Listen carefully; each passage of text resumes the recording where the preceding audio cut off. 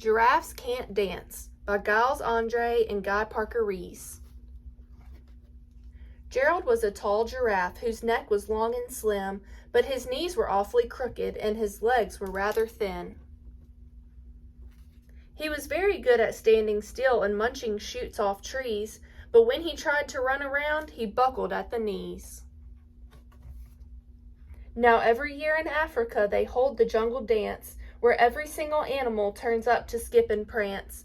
And this year when the day arrived, poor Gerald felt so sad, because when it came to dancing, he was really very bad.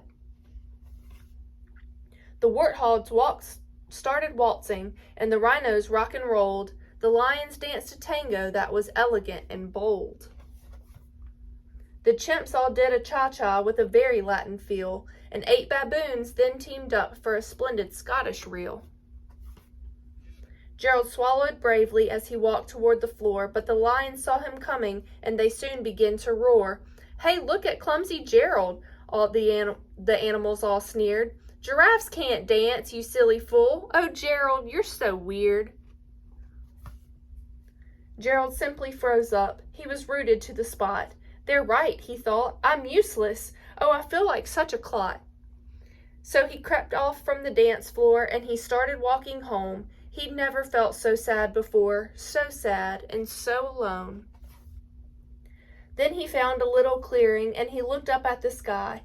The moon can be so beautiful," he whispered with a sigh. "Excuse me," coughed a cricket who'd seen Gerald earlier on, "but sometimes when you're different, you just need a different song." Listen to the swaying grass and listen to the trees. To me, the sweetest music is those branches in the breeze. So imagine that the lovely moon is playing just for you. Everything makes music if you really want it to. With that, the cricket smiled and picked up his violin. Then Gerald felt his body do the most amazing thing. His hoofs started shuffling, making circles on the ground, his neck gently swaying, and his tail was swishing round. He threw his legs out sideways and he swung them everywhere. Then he did a backward somersault and leapt up in the air.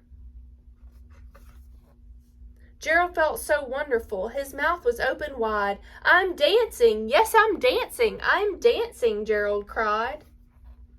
Then one by one each animal who'd been there at the dance arrived while Gerald boogied on and watched him, quite entranced. They shouted, "It's a miracle! We must be in a dream! Gerald's the best dancer that we've ever seen!" "How'd you learn to dance like that? Please, Gerald, tell us how!" But Gerald simply twirled around and finished with a bow. Then he raised his head and looked up at the moon and stars above. "We all can dance," he said, "when we find the music that we love."